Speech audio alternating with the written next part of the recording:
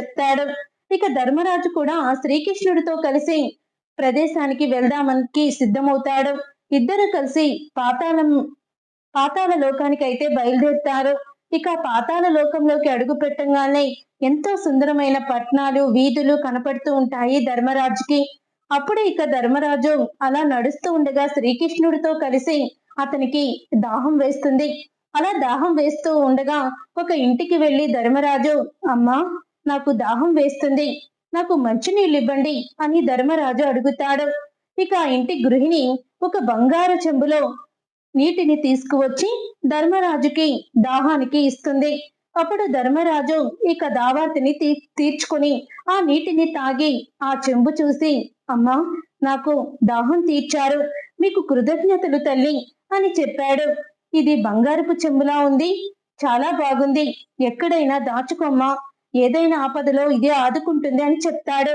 అప్పుడే ధర్మరాజు మాటలకి ఆ గృహిణి అయితే, అది బంగారమైనా ఎలాంటి విలువైన వస్తువైనా ఒకరికి ఇచ్చినప్పుడు మేము తిరిగి తీసుకోము, మీరే తీసుకోండి అని చెప్పిందట. అది విని ధర్మరాజు అవాక్కయ్యాడు. తర్వాత పాతాళ లోకానికి రాజు అయిన మహాబలుడి దగ్గరికి తీసుకువెళ్ళాడు. బలి చక్రవర్తి దగ్గరికి ధర్మరాజుని శ్రీకృష్ణుడు, రాజా ఇతను ధర్మరాజు, ఇతను ప్రతిరోజు 500 మందికి అన్నదానం చేస్తాడు. తమ రాజ్యంలో అందరూ కూడా దాన ధర్మాలకి ఇతని దగ్గరికి వస్తారు. రాజ్యంలో ప్రతి ఒక్కరికి కూడా సహాయం చేస్తూ ఉంటాడు. అది విని మా బలి చక్రవర్తి, నాకు చెప్పకండి శ్రీకృష్ణ పరమాత్మ, నేను అతని గురించి వినదలుచుకోలేదు, ఎందుకంటే ఇప్పుడు మా రాజ్యంలో ఎవరికి ఎటువంటి లోటు లేదు, ఎవరికి ఎటువంటి సహాయం చేస్తానన్నా ఎవ్వరూ కూడా ఆ సహాయాన్ని దానాన్ని తీసుకోవడం లేదు. తర్వాత మీరు అంటున్నారు కదా ధర్మరాజు 500 మందికి వాళ్ళ రాజ్యంలో ఉన్న వాళ్ళకి అన్నదానం చేస్తాడని చెప్పి, అంటే వాళ్ళ రాజ్యంలో అంత పేదవాళ్ళు ఉన్నారు.